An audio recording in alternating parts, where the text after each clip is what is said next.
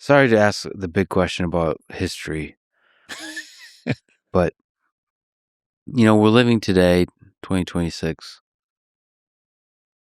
and there's the sense that every day you wake up, the possibilities before us are endless, for the good, for the bad, for the truly destructive.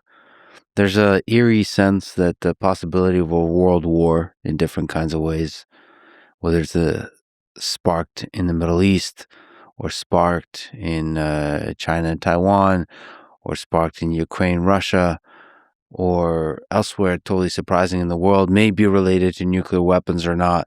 There's a sense that everything is possible.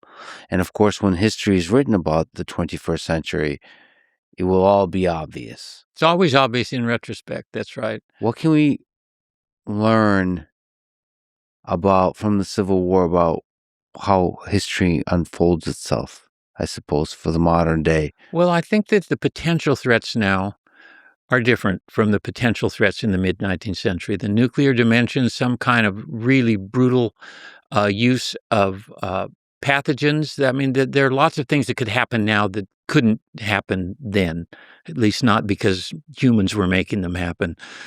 But I mean, to me, one of the things to take away from the Civil War is really the resiliency of this republic, which I still think it's a resilient republic. We're living in a sort of wacky time, but I believe that I think that I have a great faith in the resiliency of the nation. I really do, of the United States. I think it's been through much tougher times than we're in now, and I think that we will weather this. Although everybody will have some scar tissue. There might even come a time when our leadership class actually leads, and which would be interesting. And I'm saying I'm talking about both sides of the fence here. But it is that to me, this is the supreme test of a republic that had been put in place in the late 18th century. Can that late 18th century republic adjust, including adjusting to deal with the profoundly disruptive issue of slavery in a way that allows it to go forward? And the answer is yes. In a war that brings slaughter on an unimaginable scale and brings social disruption in the former slaveholding states on an unimaginable, it just couldn't be more profoundly disruptive if you're a Confederate. There's not slavery anymore, and we lost the war, and a third of our military-aged white men are dead. Wow, that's a bad 4 years for our team. What's going to happen here? The Republic emerged from that and worked it out, and I think it goes back to me, the intelligence of the founding generation that put in place documents that actually allowed the Republic to deal with something like this. And it's sort of a miracle to me that from a nation that was as racially prejudiced as the United States was, you get the 13th, 14th, and 15th Amendments out of this. It's just kind of mind-boggling that happens. Yeah, I think resilience and adaptive innovation often looks like chaos in the moment. It absolutely does. It absolutely does. But then when you really get to the end of that story, you look and there you are. And, it's okay. The nation is still intact. Yeah. And the 13th Amendment is in place. Wow, we didn't think that was going to happen in 1861 when secession started. I mean, it really, another lesson is that you cannot control what a great military event can set loose. I mean, no things that nobody imagined would happen, including expansion of central power in ways that no one would have imagined. You don't get to ratchet that back and say, well, that'll never happen again. No, you know what? It happened, and maybe it will happen again because we've seen it happen. Nobody imagined that. The federal budget in 1860 was $63 million. That was the entire federal budget.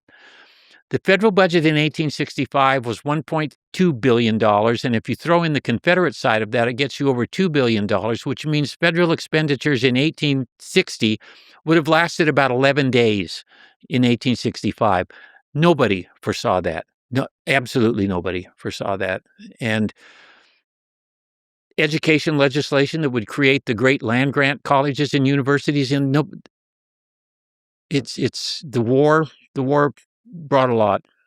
And I think most of the things that has happened through the hard periods of our country's history, nobody could have really foreseen, and then we somehow figure it out, and that gives me a lot of hope that this kind of like extreme division, the arguments, the people basically speaking in the harshest of ways against each other, that is like the engine of brainstorming and figuring problems out that in the long arc of history create progress.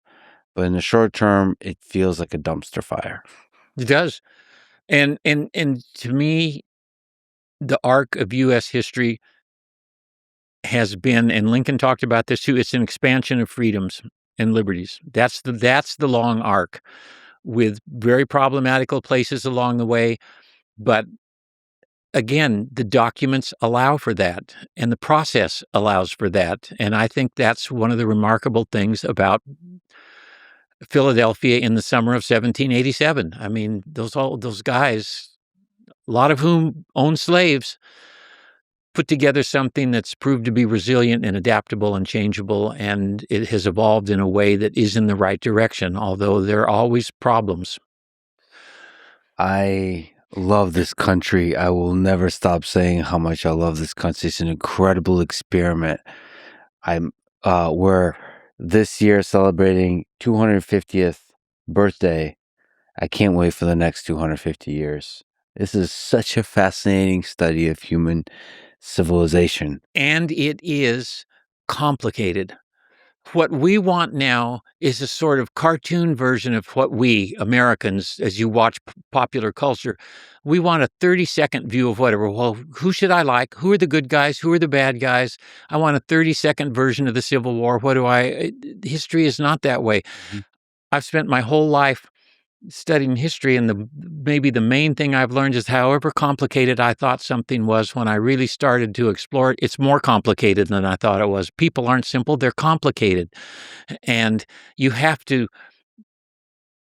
at least appreciate, you don't have to embrace the complexity. I guess you can't make people do that, but you have to at least concede that things are real. There's not a 20-second version of anything in the past. The past is complicated because humanoids are involved in it. They're complicated. Yeah, when you look at the system as a whole. But as individual humans, we like to do the black and white thing where of course we just see the good, everything is good and evil, and then it's easier. And then we get together at Thanksgiving dinner and we yell at each other, and then people lose their shit and they stop talking to each other for a year, and then they make up and all this. This is how humans interact with each other. But as a system, especially with the increasing levels of freedom, with the freedoms of speech, and be able to speak out about your feelings, even when they're intense feelings, that somehow works as a system. And it's very messy. Yeah. The more freedom, the messier it is. Really, the messier it is. And your job as a historian is a difficult job. And as you said, because the more you learn, the more you come to understand, the more complicated the picture appears. Yep. And the more you learn, that you don't know as much as you thought you did. So some humility, it will take you a long way. Yes, you want more of Grant than McClellan on that humility score. Grant would score high on humility. McClellan, every day, the first thought was, what about me?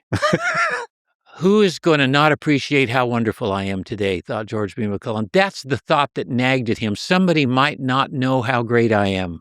That's an aside. It reminds me of somebody. But anyway.